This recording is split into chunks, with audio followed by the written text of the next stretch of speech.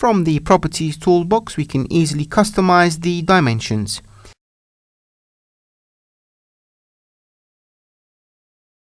In the Characteristics section, we can define the text before or after the measurement,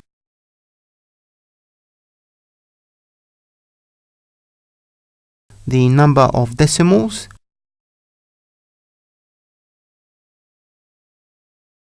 the measurement type, if parallel, progressive or serial,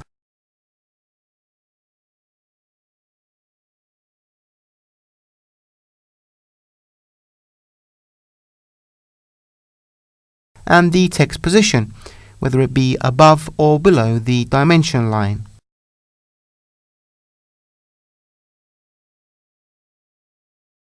We can also define the measurement indicator and its size.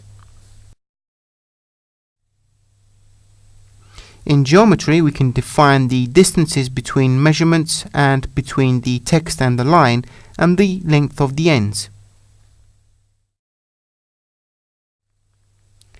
Then we have the Scale section, where we can define the drawing and measurements visibility level.